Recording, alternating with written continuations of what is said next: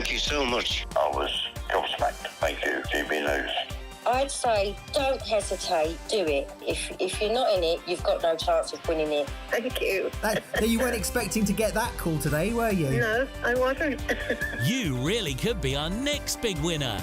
Head over to gbnews.com/win now to find out how and get your entry for the Great British Giveaway.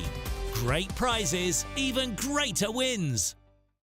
It's Patrick Christie's Tonight, and here we do things differently. It's explaining the absolute madness of this, doesn't it? It's explosive. I mean, this is very good. It's lively. 850. Your government sat there, Sean, and it did nothing. It's controversial. And the Middle East has been in turmoil since before I was born. It's everything you need to kickstart your evening. Everyone's had their Weetabix tonight. I love to see it. That's Patrick Christie's Tonight, weeknights from 9 p.m. Only on GB News, the People's Channel, Britain's news channel. Hi, I'm Michelle Dewberry, and my show is your opportunity to cut through all the noise and dive in headfirst to some robust debates. Ideas clash. Situation, no, because the failure is you're deliberately avoiding my point. Nothing's held back. And if you think this is the end of it, wait for more. And we do not shy away from the difficult stuff. Sometimes I want to shake people and say, if only you understood. So join me on Jubes & Co. weeknights at 6 p.m. only on GB News, Britain's news channel. Good Afternoon Britain isn't just about us. The wonderful thing about this programme is it's about everyone watching. It's an interactive programme. Well, there absolutely is something to see here, and we're going to be talking about it more. Whether it's breaking royal news, please bring us up to date, or indeed a particularly punchy speech in the House of Commons. Very, very curious. We bring it to you live, and then we bring you live reaction as well. That's Good Afternoon Britain, weekdays from midday. Only on GB News, the People's Channel, Britain's news channel. Mornings don't have to be tiresome, especially if you have the right company. Wake up to news as it happens, opinion and debate, and of course, a little bit of entertainment too. Because when the kettle's on, we're on. That's Breakfast on GB News, a show worth waking up for. Every morning from 6 a.m. Only on the People's Channel, Britain's news channel. We'll spread the news, you spread the word.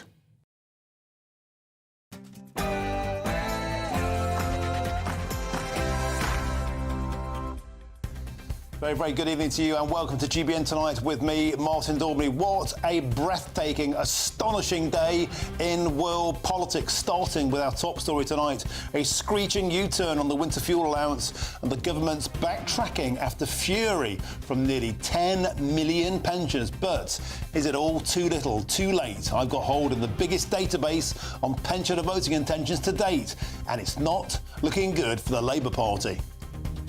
And it's been a simply astonishing day in the White House today. South Africa's president just faced an onslaught on genocide of white farmers that made Volodymyr Zelensky's look like a tea party.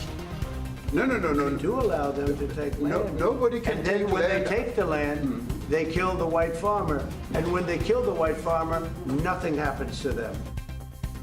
And now the media is on trial, and mark my words, they will talk about that press conference for generations to come. On tonight's show, I'll have Barack Obama's former campaign advisor with me next.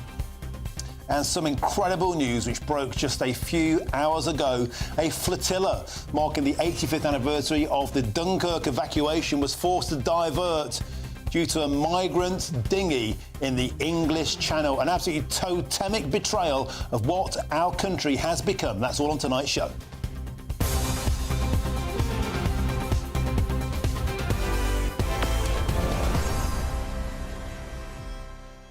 Welcome to the show. Days like today simply take your breath away. Domestically, huge U-turn from Sir Keir Starmer on winter fuel allowance, the issue that threatened to sink his government and indeed cost them millions of votes in May, including at the Runcorn by-election. At the White House, an incredible scene we have never seen before and we're likely to never see again. And a full reaction to that and the incredible sights of a flotilla marking the evacuation evacuation of Dunkirk forced to be diverted because Border Force were too busy saving an immigrant vessel in the Channel. What has our country become? Get in touch the usual ways, gbnews.com/your say. But now, let's get straight to news headlines with Katie Bowen.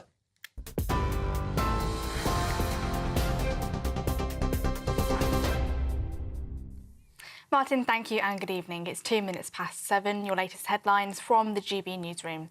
A fresh row has erupted in the White House this evening over allegations of genocide in South Africa as US President Donald Trump hosted South African President Cyril Ramaphosa. During a press conference between the two leaders, President Trump played videos relating to those allegations to confront the South African leader.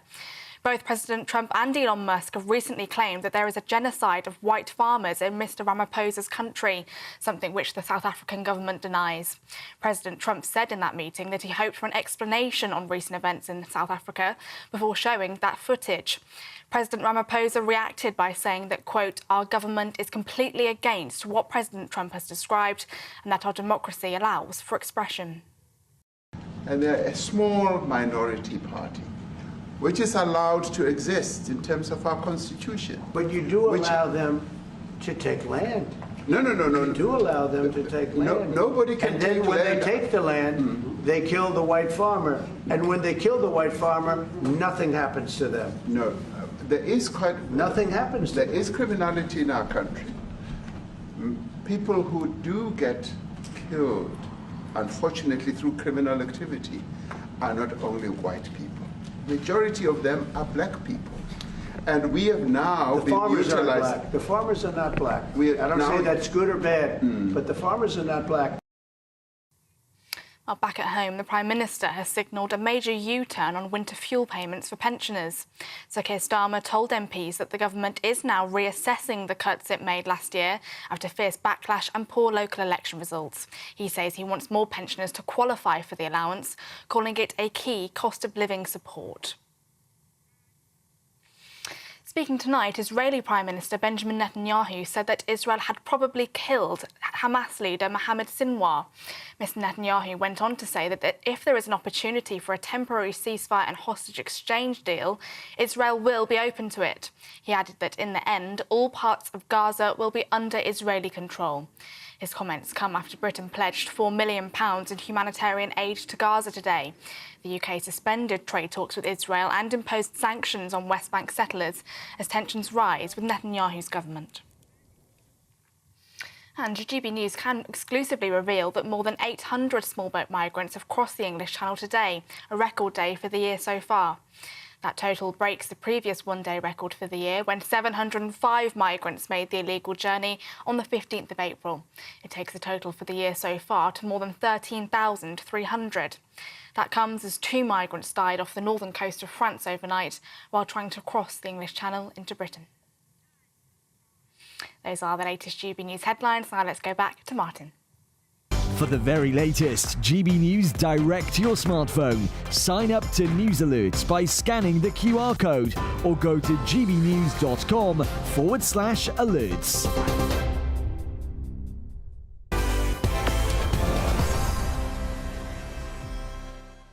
And we've got one hell of a show. Welcome to GBN Tonight with me, Martin Daubney. Today, in a screeching U-turn, the government has announced that it will now reverse its flagship policy of cutting winter fuel payments to almost 10 million British pensioners. Now, this comes just weeks after the government received a drubbing at the local elections, with much of the blame placed upon squarely at the door of the Chancellor and her loathed winter fuel allowance policy.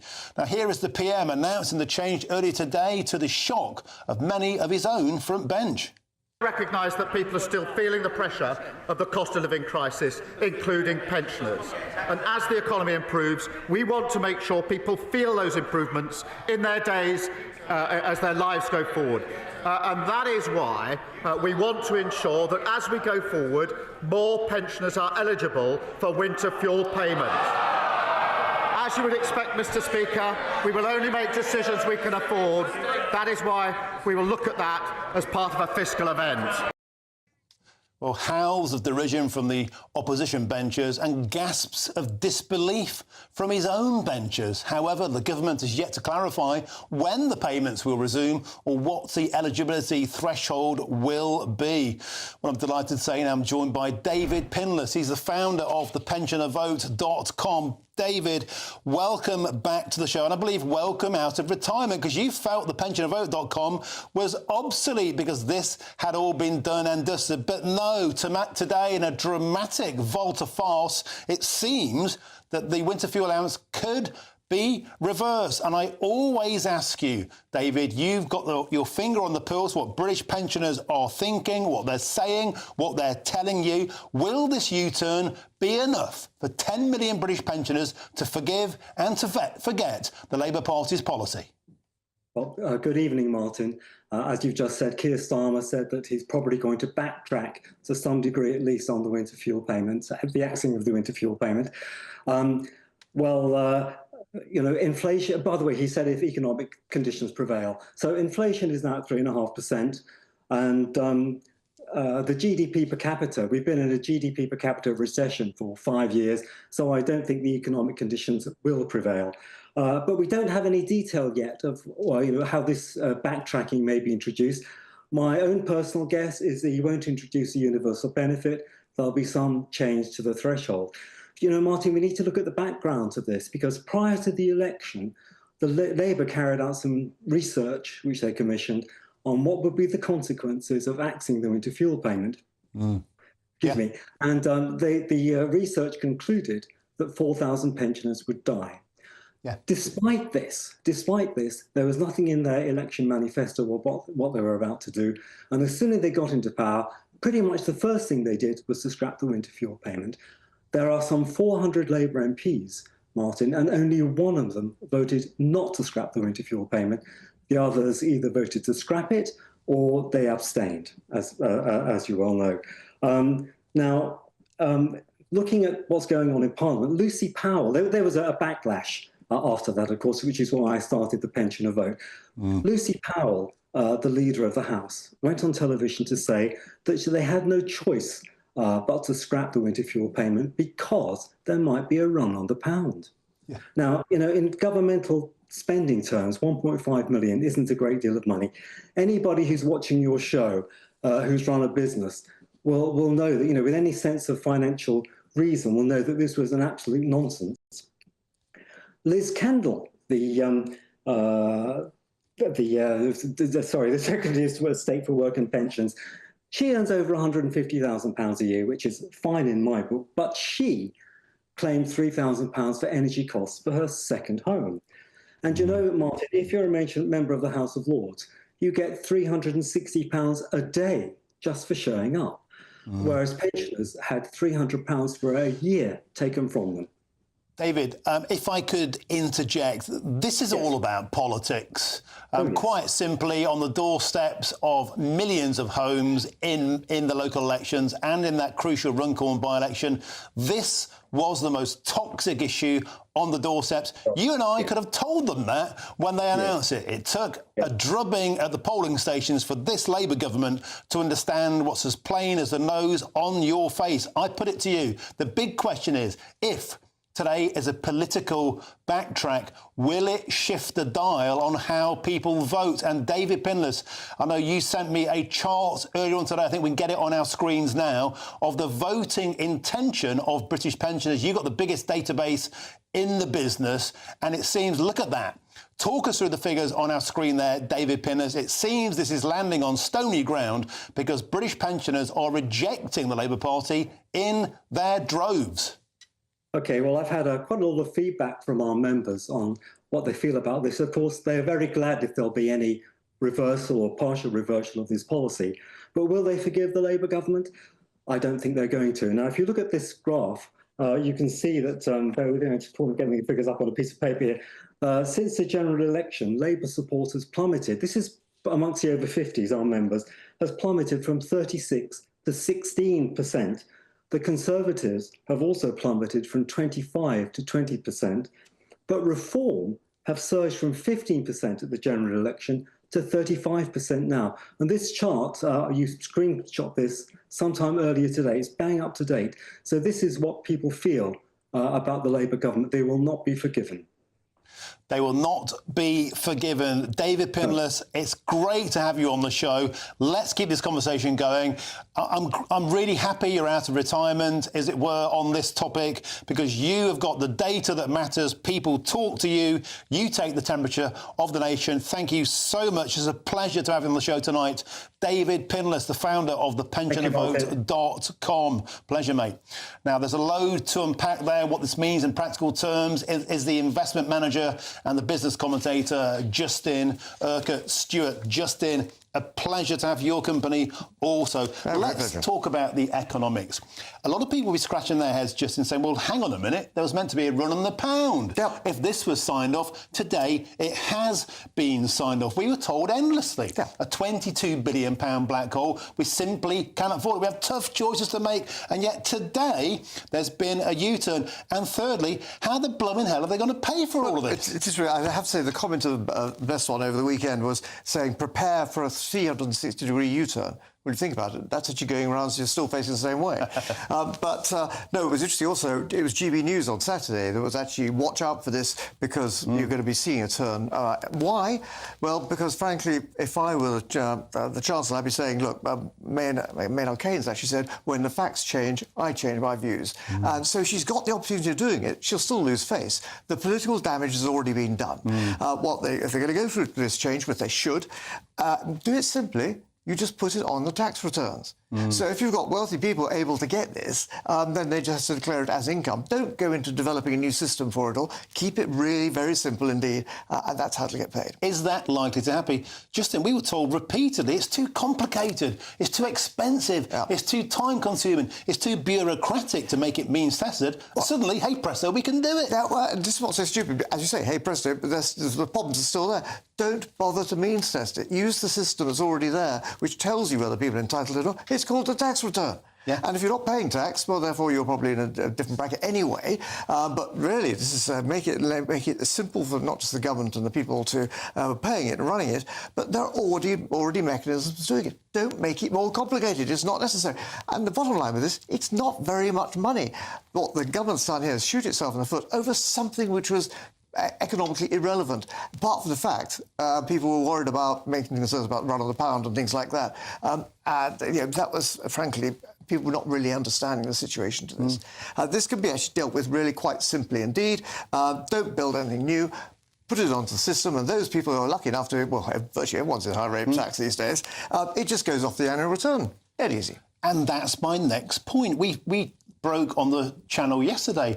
Over 1 million British pensioners will now be dragged, because of fiscal drag, into paying tax on their pension pots. So pensioners provably worse off. Even today, there's a $4 billion raid on savings announced by Angela Rayner. That's somehow slipped down the news cycle because of this. So it just seems left, right and centre, there is a war on pensioners. Well, and this is the stupid thing with it is, of course, actually what they should be doing is making, because these are the votes they're going to want. Pensioners want stability. So don't give them rules changing the whole time. They want to start having that one word that runs the economy, confidence. Get that back. But unfortunately, we're not going to be seeing that. What I find so frustrating is there are good things in this economy where we can actually develop, not spend more government money. But for things like these for payments and things, remember, they're all brought in as sort of salves to try and keep people feeling a little bit better, even though the price of fuel is so high. But it was, frankly, they lost political capital and gained nothing. And 3.5% inflation announced this morning also, again, could just eviscerate any gains. Is this going to be span in a way? Hey, we've done some amazing trade deals with the Brexit reset with the EU, US, UK trade deal. And what about India? This is so great for the economy. We've suddenly found a big bag of cash down the sofa at Downing Street. Call me Mystic Meg. Is that the level of cynicism we're looking at? Well, I think you should be very, very cynical with it. Because apart from else, what this shows is not only the politicians do not have experience of this and actually the impact of it, but also the Treasury used to have people who were there for life. just like Yes Minister. You know, I'm saying, now you've sort of bright people there, but they don't have the experience. So they don't know either. So really, now it's a matter of actually calming it down and saying, right, this is a simple mechanism we can do. They're not going to get any rewards back from the pensioners. The damage has already been done. But actually, they're to start managing that deficit and bring it up. But tell people there are positives and encourage that. You know, startups, we're still very good at startups in this country. Our capital raising is lousy. But where does your next new business come from? The answer is, well, when the smaller ones get bigger. Encourage that. And again, no government money. EIS scheme whereby you're providing guarantees, which only get paid up if the company goes bust, but some succeed. And what happens? The government actually gets more money. It's amazing that you say that the Chancellor, the Exchequer, isn't ran on experience. It seems to be ran off spreadsheets without the real-world impact, and I believe without any political antennae about the human impact. It's an astonishing situation. Justin, always a pleasure to have your company and to set out that with your expertise. Justin Urquhart-Stewart, always a pleasure. Now, coming up next, over 800 migrants have crossed the Channel illegally today, marking a daily record for the year. Plus, we're bringing some shocking exclusive footage next, and an incredible Dunkirk tribute flotilla was forced to divert. So Border Force could escort a migrant boat. Is that totemic of a country utterly betrayed? That's next. Don't go anywhere.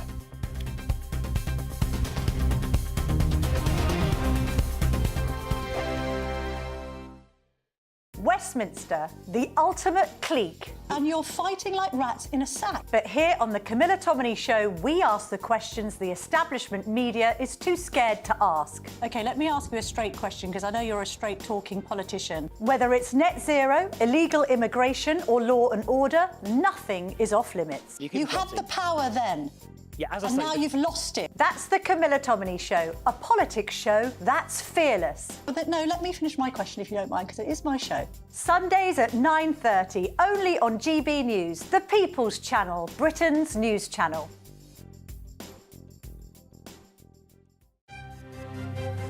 GB News Breakfast, every day from 6 a.m. Amazing. I'm so pleased for him, and I think everybody in Northern Ireland. He did defeat an Englishman in the playoff. He did. Which is, Justin Rose. Yeah. See, Justin Rose, not many people are going to talk about Justin Rose, well, apart from us. Yes. But Justin Rose, it talk about, you know, the bridesmaid and the bride, and it's been that with Rory. He's been the runner-up in the Masters twice. And 44 years old, and to do what he did and get a round of 66 was incredible. But Rory, see, people have written Rory off, and I've got to admit, even a couple of years ago, and I'm thinking, this is not going to happen for Rory, because it's this ultimate Grand Slam. Now, I think in golf, the Grand Slam is probably harder to win than any other sport, tennis, anything else. Because if you just look at the list, so this is basically to win the PGA, the American PGA, the US Open, the Open here, and the Masters. So this is to win the big four throughout your career. And only Gene Sarazen in 35, Ben Hogan in 1953, Gary Player in 1965, the legendary Jack Nicklaus in 66, and Tiger Woods in 2000. They're the only people to have done it. And if you think of all the great golfers over the years, nobody, apart from them, have managed it. And now Rory's managed it, and that makes him the greatest European golfer there has ever been. Well, there's emotion you see there. I mean, you see what he so wants. I mean, absolutely. I mean, he broke down in tears at the end, and it's not surprising because this is the thing. And it's 2011 was the last time he won a major. So at the time when he was much younger, they were coming left, right, and centre, and you think this kid's going to do everything. And then he was winning tournaments, but not those majors. And it was the Masters. That was the one he wanted. Well, give him a bus tour. You know, get the open top bus out. Get him around. And, he will. He'll deserve it. I mean, absolute hero. GB News, the People's Channel. No matter the state it's in, this is our nation. Join me, Jacob Rees-Mogg, for a genuine, honest discussion on where we have been, where we are going, and where we are with the people who set the direction. That's State of the Nation every Monday and Tuesday at 8 o'clock. Only on GB News, the People's Channel. Welcome back to GBN Tonight with your host, me, Martin Daubney. Now, you've been getting in touch with your views, and Francis says this. I'm delighted to hear there may be a partial reverse of the cuts to the winter fuel payments. Nothing is done by this performative government. I was often on GB News last year defending our worse-off pensioners. This is going to cost more via pensions credit, as many other benefits are bundled, as well as the winter fuel allowance. And Janet adds this. Martin, there are no hard details of what he'll do with the winter fuel payments, just yet more hot air with no substance as usual. James adds this. If you got into a taxi and the driver kept backtracking, it'd be reasonable to think that he was lost. A veiled dig there at the Prime Minister. Now to our next hot story tonight. More than 800 small boat migrants have crossed the English Channel illegally today, a record day for the year so far. The total smashes the previous one-day record for the year, when 705 migrants made the illegal journey on April the 15th. I'm now joined by GB News' Home and Security Editor, Mark White. Mark, so much to discuss here. There's the crippling amounts of numbers, there's the videos you've got, and this incredible story of the Dunkirk flotilla being diverted. Let's start at the beginning. Over to you.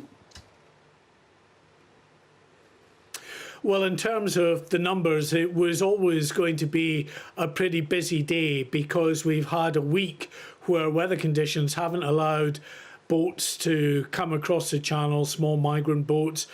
So we've now got a window of about 3 days where it's passable, and then it closes down again for a week. So given that, we had very significant numbers crossing the English Channel. Our producer, Chris, always on top of everything, counting all of the arrivals at Dover. He makes a provisional figure of 828 migrants who made that illegal crossing, always subject to a bit of revision come the morning, of course, because that is a significant number. But we've got images that we're showing you here that really illustrate what we're up against now in terms of the very significant flow of migrants heading towards the coast, thousands in groups of, several dozen at a time, heading towards the areas on the beaches of northern France, waiting for their boats to take them across the English Channel. And as well as these groups, we've seen images as well of small boats actually in the dunes there that have been assembled, somehow invisible to the French spotter drones overhead, but they're there to make that journey, to be carried aloft down to the beach and into the sea itself. And one particular journey that is worth highlighting is the journey of a young Somalian migrant who left Somalia, and on this image here, he is documenting all of the countries that he passed through, seemingly unhindered, not stopped, not turned around, but he passed through Somalia, Ethiopia, other African countries, right up to North Africa, then at Libya, across the Mediterranean to Italy, over to Switzerland, then to France, and then across the English Channel. Take a look at this, him on the boat.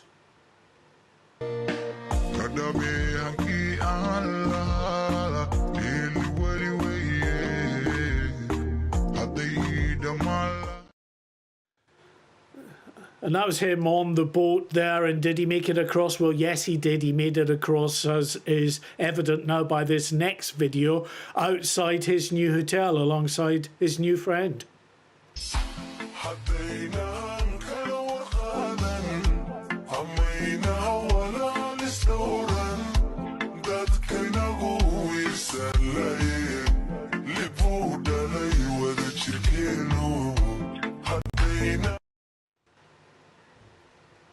And so he's there, Martin. Now, of course, another 828 added to that total today.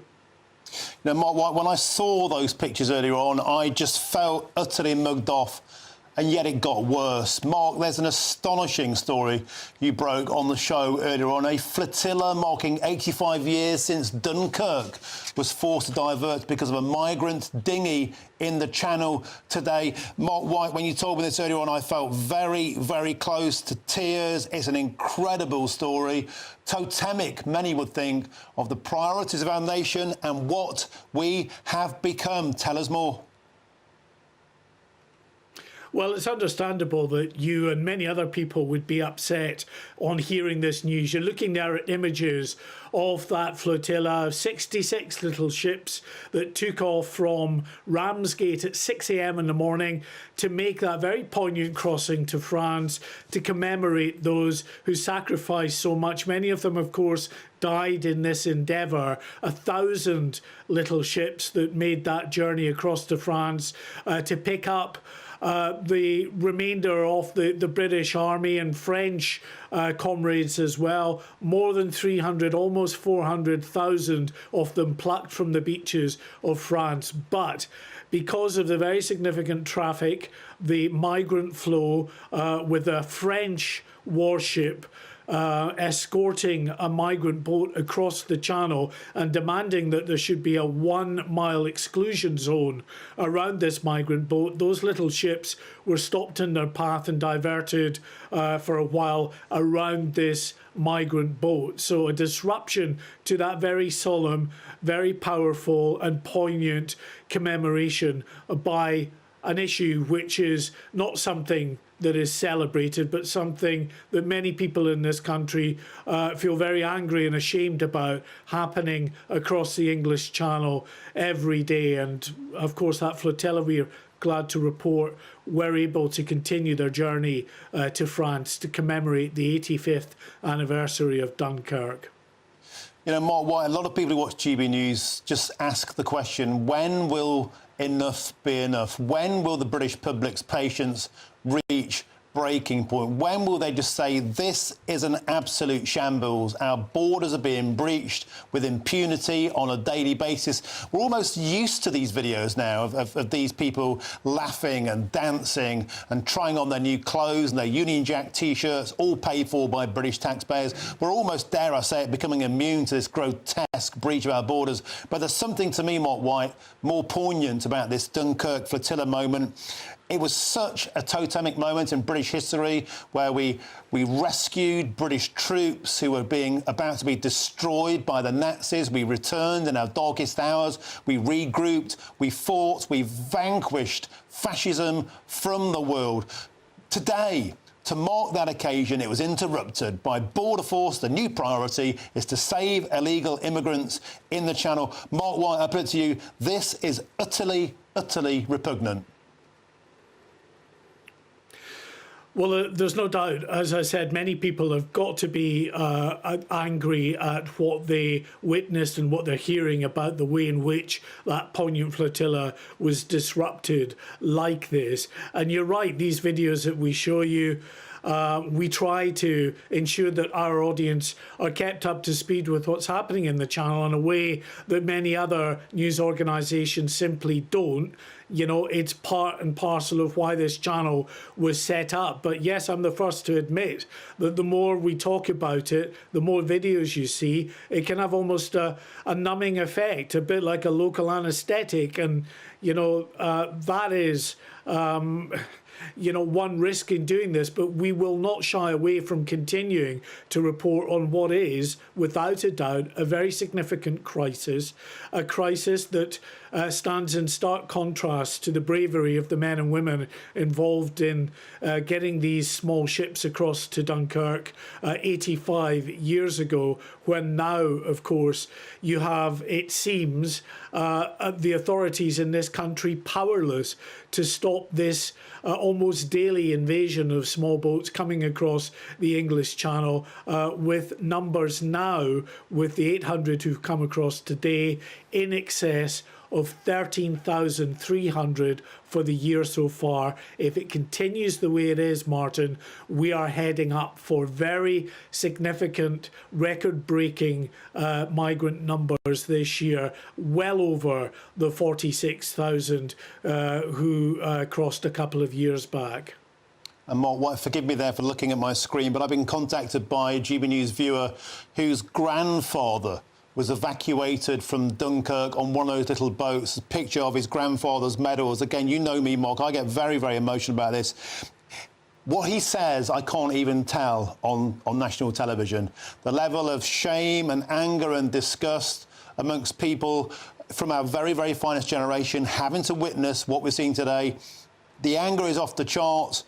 Mark White, I want to thank you for your ceaseless and tireless and formidable reporting on this. We have to keep going. Thanks again, as difficult it is, Mark White, for shining a light on this today for us here on GB News. Thank you, my friend. Now, moving on, as if that wasn't dramatic enough, it's been a simply astonishing day in the White House because South Africa's president has just faced an onslaught that made Volodymyr Zelensky's look like a tea party. No. To allow them to take land. Nobody can and take then when land. they take the land, they kill the white farmer. And when they kill the white farmer, nothing happens to them. Never seen anything like this in political history. We'll have a huge reaction next. I'll be joined by a former Barack Obama campaign advisor with me next. Don't go anywhere. Good evening, this is your GB News weather update coming to you from the Met Office. Now we do have a bit of a cold front pushing its way southwards as we go through the next 24 hours or so. It's not going to bring a huge amount of rain as it makes its way across initially eastern parts of Scotland and then down the eastern side of England. But what it is going to bring, well, a bit more cloud for some places, like say eastern Scotland, northeast England, and a few outbreaks of rain. Some perhaps a little bit on the heavy side, but it's not looking too intense. What it will also bring though will be some fresher air coming in from the north. So overnight tonight, away from the cloudier zone where we get some clear skies, a fresh night, particularly across northern parts. A touch of frost is possible in parts of Scotland, and there could be some mist and fog patches around first thing as well. But as we go through the morning, well, across the southern areas ahead of that front, it's a bright sunny start and temperatures not doing too badly here. Cloudier and a bit damp across some central eastern parts of England.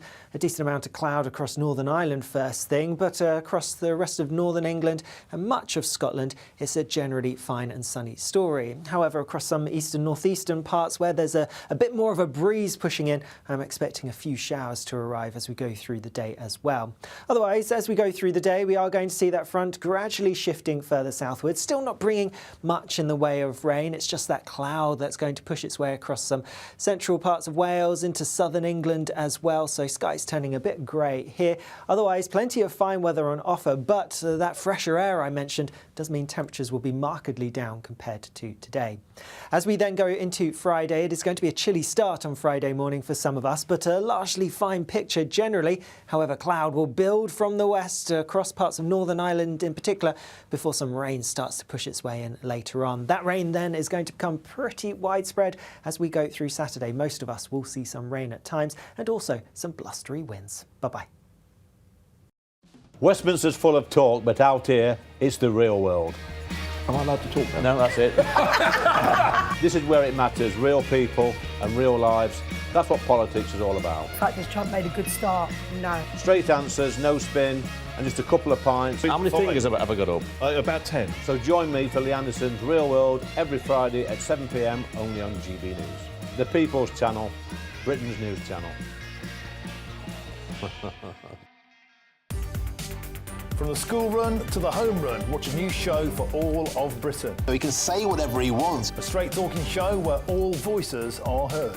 And, you know, when are we going to stop talking about smashing the gangs and actually do it? With the stories that matter from every part of our country. There's a bit of a crash landing there for your Chancellor. Bold, fearless and standing up for you. That's me, Martin Daubney, 3 p.m. till 6 p.m, weekdays, here only on GB News. The People's Channel, Britain's news channel.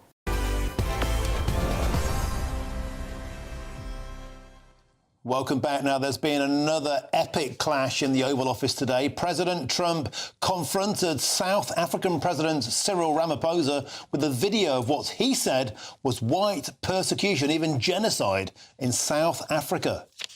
And they're a small minority party, which is allowed to exist in terms of our constitution. But you do allow them to take land.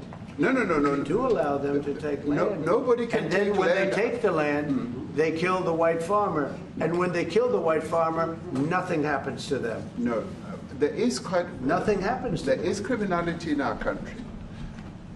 People who do get killed, unfortunately, through criminal activity, are not only white people. Majority of them are black people. And we have now The been farmers are utilizing... black. The farmers are not black. We I don't now- say that's good or bad, but the farmers are not black.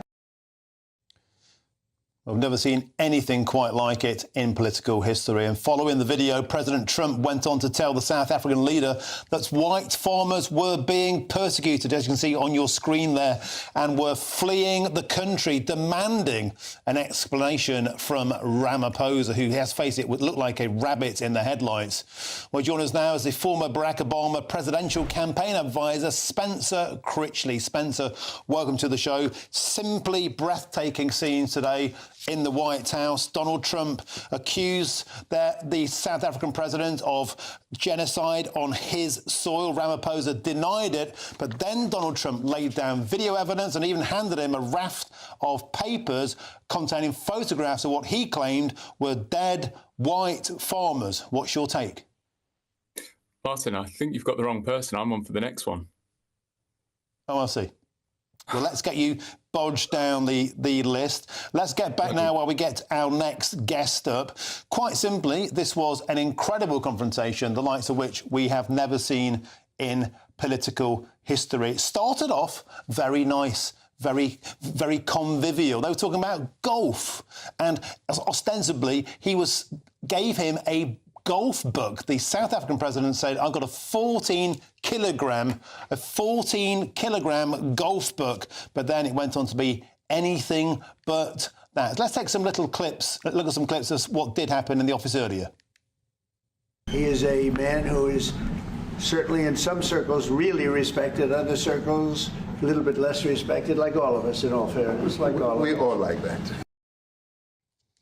And then he went on to show videos of a party. Ramaphosa was quick to say they're an opposition party called the EFF. And one of those videos we had earlier of the guy in the red beret on the screen was showing them at a rally where they sang a song called Kill the Boer. Of course, the Boer being the white farmers, an anti-apartheid song tied to white genocide. This is something that Elon Musk has been very, very hot on. Don't forget, Elon Musk himself was born in South Africa.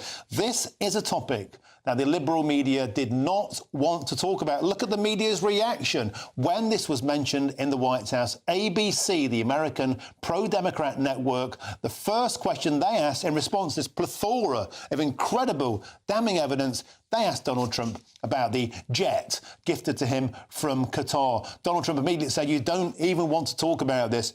You're still trying to attack me, the fake news media, he said.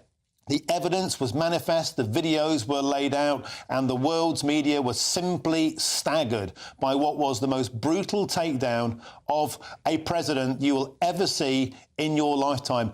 This will be written about for decades to come, trust me. Now, I believe we do have our guest now. That's the former Barack Obama presidential campaign advisor, Spencer Critchley. Spencer, thank you for your patience. What was your response to those astonishing scenes earlier from the White House? You know, really shameful. And I know this is a loaded issue, and I know that people tend to just sort instantly into only two camps on this. There is more than one way to look at it, and I think that reasonable people of good faith are largely in the middle, as is so often the case. So I think it's shameful that President Trump has once again ambushed a foreign leader with whom we are supposed to be allied and has repeated propaganda. The first time it was Russian propaganda against Zelensky, this time it's white nationalist propaganda against Cyril Ramaphosa. Isn't it incredible? that you've made your mind up. This is propaganda. Isn't it incredible that the people in the White House I've actually looked into it, and I encourage your viewers to do exactly the same thing. So are you saying then, Spencer Critchley, that the sitting president of the United States had made up information in his hand? The videos weren't true. The allegations, the pictures of the graveyards of dead white farmers, the 59 asylum seekers on American soil who fled their country, saying that's all made up? It's all extremely distorted. And President Trump, how could we possibly be surprised at this? This is his stock in trade. He does this every day. Now, look, again, there are people of good faith who can have a debate about immigration policy, who can have a debate about what's going on in South Africa and their recently passed laws. But if you're going to resort to stuff that's been debunked by a South African court, by the party representing many of the white and Afrikaner South Africans.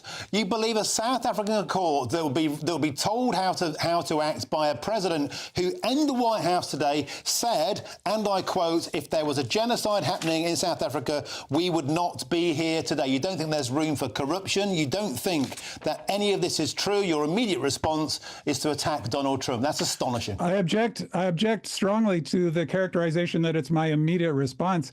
Well, it was. What I did is what I hope most people would do, which is to try to look into the verifiable information from credible sources, not just the sources that favor my view or somebody else's view. And if you do that, you find it's very hard to find solid, believable evidence to support these claims from Donald Trump, who, and apparently, his heart breaks when any claim is made that might threaten the interests of white people. And yet, when it's black and brown people who are fleeing documented horrors, it's like, get that vermin out of here. Spencer, isn't it incredible? And Donald Trump actually said this in the White House today, that the liberal mainstream media in America does not want to talk about this story. They want to debunk it. They want to shoot it down. They deny the evidence when it's shown to them. And you're doing the precise same thing here. You're ostensibly saying, I don't believe this is true. It's Donald Trump. But now we're all talking about it. People like yourself, people like ABC are being forced to confront the potential reality. This could be happening. And what if it is? What if you're wrong? Potential reality, which is the universe that Trump lives in. Now, look, again, I object to the idea that I've just instantly gone against this because I don't like Donald Trump. What I have done is actually look for evidence, which I think people need to do no matter which party they're in, no matter how much they earnestly want to believe whatever they want to believe. This is a well-known feature of human psychology. The point of having media who supply their sources so that you can verify those sources for yourself, or to have any other kind of institution based on the rational pursuit of the truth instead of the emotional pursuit of emotional truths, is so that we can have a democracy where we debate based on facts, not based on calling the other side's news fake news. There is such a thing as legitimate news, and you can test them every single day by looking up their sources and looking and the facts they are citing to support their stories and seeing if they check out. Spencer, you don't think that a sitting president has thought that precise point through? You don't think that the world's media of course he and hasn't. the world's political system... Of course he hasn't. Donald Trump is a notorious liar. You don't think that all of those sources he presented today in the White House, all of those videos, all those documents, you don't think they won't be cross-examined, and you don't think they won't be proven to be correct? I mean, you're without seeing them, you're saying you don't trust him, you don't believe him.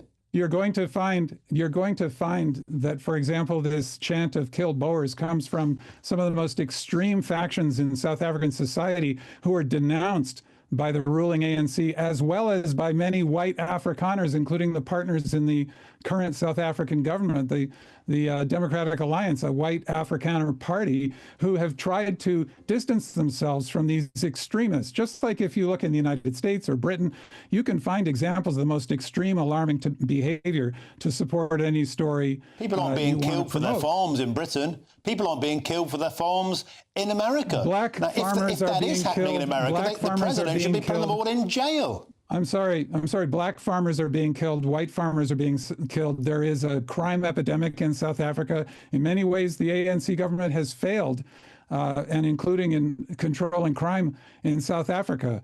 But there is no evidence that I've seen that indicates that white farmers are being preferentially targeted. And again, Suddenly Trump's heart breaks if he hears these stories, which he does not bother to check out, which is absolutely his habit with internet memes that sway his decision-making daily. Okay. And yet he views people from Venezuela and the rest of Central and South America, or what he calls S-hole countries, none of whom are white. He refers to them in the language of infestation and disease and pestilence.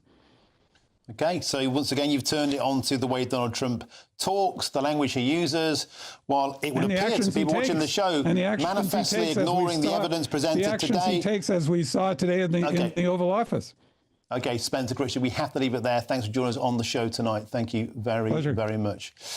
Now, coming up next, taxpayers' cash has been spent on driving lessons. Wait for it, for refugees. Asylum seekers getting free driving lessons while British teens can't even afford to get behind this wheel. We'll dig into it after the break.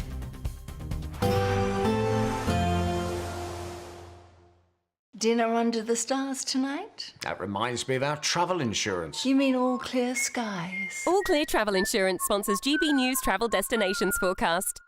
There's some pretty heavy rain affecting some typical holiday hotspots at the moment, for example, across northern France into Italy, Austria, Croatia, as well as many other countries in that area. We're seeing some heavy rain leading to the risk of some flooding, even some intense thunderstorms as well. Further west, a bit drier across many parts of western Spain into Portugal, but some showers affecting the Canary Islands. Even some more changeable weather to come as we head towards the weekend. Bye-bye. All Clear Travel Insurance sponsors GB News Travel Destinations forecast. We're proud to be GB News, the People's Channel. And as you know, we always love to hear your views. Now, there's a new way of getting in touch with us at gbnews.com/yoursay. By commenting, you can be part of a live conversation and join our GB News community. You can even talk to me, Bev Turner, or any of the members of the GB News family. Exciting news. Every Friday, my Patrick Christie's Tonight Show is going to have a twist to it. We're welcoming some special guests. You. That's right, on Fridays I'm going to be doing my show in front of a live studio audience because this show is about you and what you have to say. It's going to be the same big debates, same big topics, same big opinions, but every Friday night at 9 p.m. you are invited to come on down to Patrick Christie's Tonight to be a part of the action. Only on GB News, the People's Channel, Britain's news channel. Hi, I'm Michelle Dewberry and my show is your opportunity to cut through all the noise and dive in headfirst to some robust debates. Ideas clash. Situation, no, isn't it? Because the failure is... You're deliberately avoiding my point. Nothing's held back. And if you think this is the end of it, wait for more. And we do not shy away from the difficult stuff. Sometimes I want to shake people and say, if only you understood. So join me on Jubes and Kerr weeknights at 6 p.m. only on GB News, Britain's news channel. What is the state of our economy? What is the state of our National Health Service? What is the state of our schools? What on earth is going on? Understanding Britain means understanding the state we are in. This is State of the Nation with me, Matt Goodwin, Wednesdays, Thursdays and Fridays from 8 p.m. on GB News. Good Afternoon Britain isn't just about us. The wonderful thing about this programme is it's about everyone watching. It's an interactive programme. Well, there absolutely is something to see here, and we're going to be talking about it more. Whether it's breaking royal news, please bring us up to date, or indeed a particularly punchy speech in the House of Commons. Very, very curious. We bring it to you live, and then we bring you live reaction as well. That's Good Afternoon Britain, weekdays from midday. Only on GB News, the People's Channel, Britain's news channel. Mornings don't have to be tiresome, especially if you have the right company. Wake up to news as it happens, opinion and debate, and of course, a little bit of entertainment too. Because when the kettle's on, we're on. That's Breakfast on GB News, a show worth waking up for. Every morning from 6 a.m. Only on the People's Channel, Britain's news channel. We'll spread the news, you spread the word. Join me, Nana Okoye, for an informative, interactive news programme with a difference. It's fun. No, he didn't say that, Dave. I'm so surprised. I think there's an element of truth to that. Join me from 3 p.m. every weekend, only on GB News, Britain's news channel.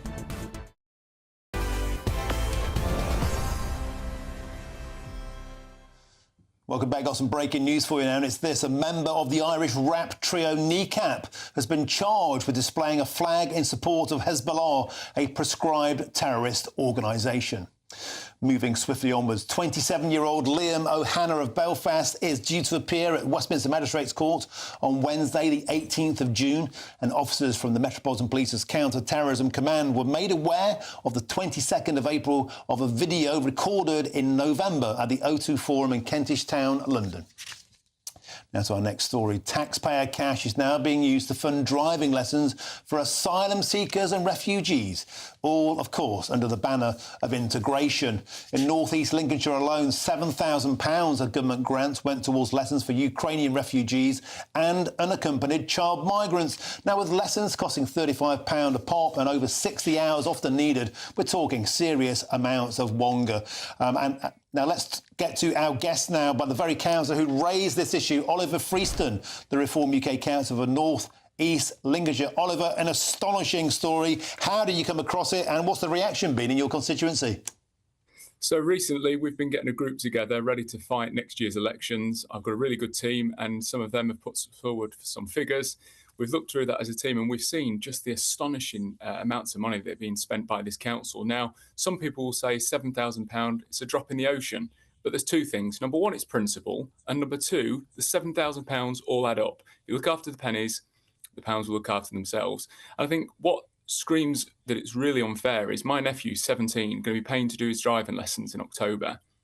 Why is he saving and working his arse off? Excuse me, I'm really annoyed about it. I'm really annoyed. Careful. Yeah.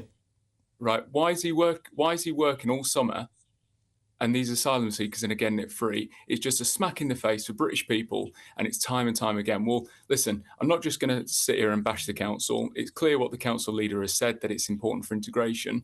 What I will say is, if I become leader of the council next year, which is our ambition, I will ensure that on the first day that's on the desk of the chief executive, that's scrapped.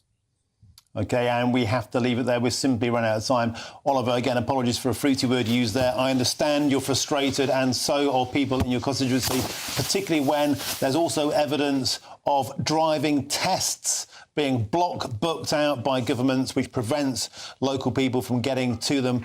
Oliver Freeston, thank you for joining us on a short but sweet interview here on the show. Now, the leader of North East Lincolnshire Council, Councillor Philip Jackson, told GB News this. On the first issue of those seeking refuge in a borough since war broke out in Ukraine, only 11 adults, all of whom had a direct need to drive, have been supported with 10 hours of introductory driving lessons costing a total of £4,185. Beyond that, they have self-funded. Where a young person who has travelled here alone to seek asylum has grown up in care, costs associated with their care are covered by funding from the Home Office. Now, coming up next is State of the Nation with Matt Goodwin. Matt, what's on your menu? Well, we've got a great show tonight, Martin. Boris Johnson has suggested we're living in a police state. I'll be talking to Brendan O'Neill, the writer from Spiked, about that. We'll be looking at that sensational press conference in the White House with Trump on South Africa. Kemi Badenoch's ratings and the Conservative Party's ratings are falling through the floor. We're going to be looking at the latest polling, and we've got a really powerful, lovely tribute for our regular panellist, Patrick O'Flynn. And we've got a quick 30 seconds before we go. I know the story about the flotilla, the Dunkirk story, has really, really moved you. I felt like I've been punched in the stomach when it broke earlier on. I think it's totemic where we're at. Yeah, I think it is a symbol of this incredible sense of unfairness out there in the country, that here we are trying to mark and celebrate a crucial moment in our national history, and it's diverted by the illegal migration crisis. OK, Matt Goodwin, next State of the Nation. Thanks for coming today. I'll be back tomorrow at 3 o'clock, but first, here's your weather.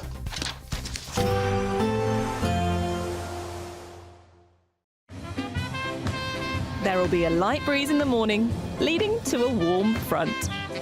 Boxed heat pumps, sponsors of weather on GB News.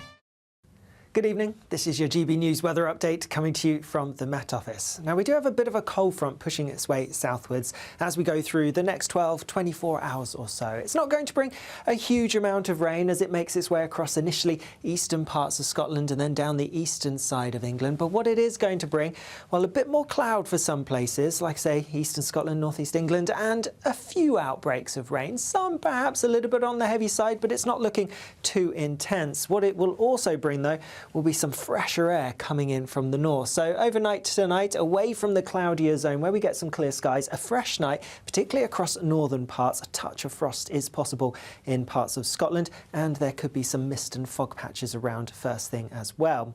But as we go through the morning, well, across the southern areas ahead of that front, it's a bright sunny start and temperatures not doing too badly here. Cloudier and a bit damp across some central eastern parts of England. A decent amount of cloud across Northern Ireland first thing, but across the rest of northern England and much of Scotland, it's a generally fine and sunny story. However, across some eastern northeastern parts where there's a bit more of a breeze pushing in, I'm expecting a few showers to arrive as we go through the day as well.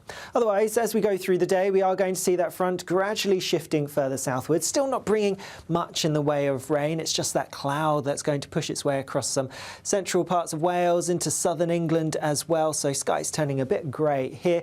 Otherwise, plenty of fine weather on offer, but that fresher air I mentioned does mean temperatures will be markedly down compared to today.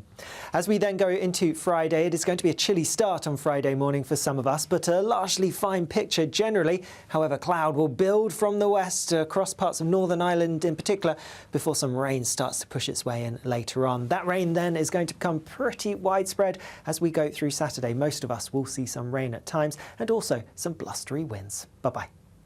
Expect a warm front moving from the kitchen right through to the rest of the house. Boxed boilers, sponsors of weather on GB News. Someone is going to win the biggest prize package to date, and that someone could be you, driving away in this Elnag Baron 560 motorhome. It has plenty of room for your family of 4, comes complete with kitchen, bathroom and all the space you'll need for life on the road. Plus, we'll also give you a further £5,000 in tax-free cash to spend however you like. For another chance to win the lot, text WIN to 63225. One entry costs £2.50 plus one standard network rate message, or text BONUS to 63225. 5 entries cost £5 plus one standard network rate message. Go to gbnews.com/win. Entries start at £2.50. Call 0903 686 3232. Calls cost £2.50 plus your network access charge. Or post your name and number to GB13 PO Box 8690 Derby DE1 9TT. UK only. Entrance must be 18 or over. Lines close at 4 p.m. on the 6th of June. Please check the closing time if listening or watching on demand. Good luck.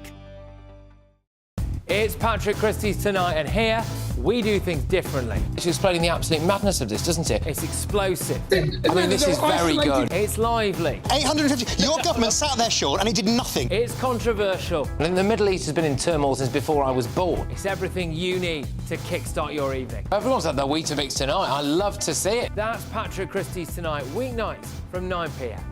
Only on GB News, the People's Channel, Britain's news channel. Hi, I'm Michelle Dewberry, and my show is your opportunity to cut through all the noise and dive in headfirst to some robust debates. Ideas clash. Situation, no, isn't it? Because the failure is... You're deliberately avoiding my point. Nothing's held back. And if you think this is the end of it, wait for more. And we do not shy away from the difficult stuff. Sometimes I want to shake people and say, if only you understood. So join me on Jubes & Co weeknights at 6 p.m, only on GB News, Britain's news channel. Good Afternoon Britain isn't just about us. The wonderful thing about this programme is it's about everyone watching. It's an interactive programme. Well, there absolutely is something to see here, and we're going to be talking about it more. Whether it's breaking royal news, please bring us up to date, or indeed a particularly punchy speech in the House of Commons. Very, very curious. We bring it to you live, and then we bring you live reaction as well. That's Good Afternoon Britain, weekdays from midday. Only on GB News, the People's Channel, Britain's news channel. Mornings don't have to be tiresome, especially if you have the right company. Wake up to news as it happens, opinion and debate, and of course, a little bit of entertainment too. Because when the kettle's on, we're on. That's Breakfast on GB News, a show worth waking up for. Every morning from 6 a.m. Only on the People's Channel, Britain's news channel. We'll spread the news, you spread the word.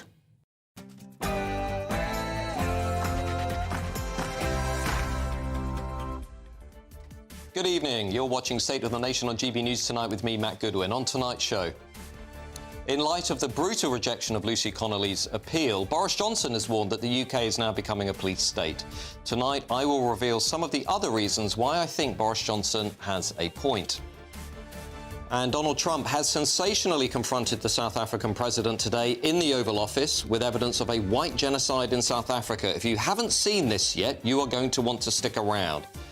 Now, the nation is facing political revolution here in the UK. Not only is Kemi Badenoch's Tory party in 4th place in the polls, but Reform UK is reaching its highest rating yet. We're going to be talking about the reshaping of the political system. And last but certainly not least, legend of the Brexit movement and State of the Nation regular Patrick O'Flynn has tragically died from cancer. Tonight we dedicate our final segment of the show to Patrick and we reveal the instrumental role that he played in bringing about some of the major changes in our country. Our State of the Nation starts right now.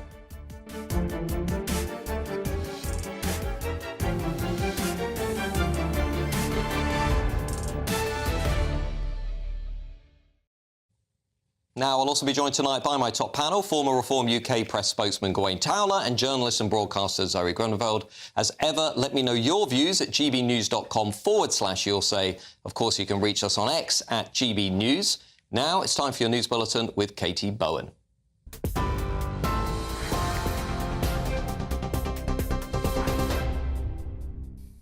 Matt, thank you and good evening. Your top stories at 8 o'clock. Some breaking news to begin this evening. A member of Irish rap trio Kneecap has been charged with displaying a flag in support of Hezbollah, a proscribed organisation. 27-year-old Liam O'Hanna of Belfast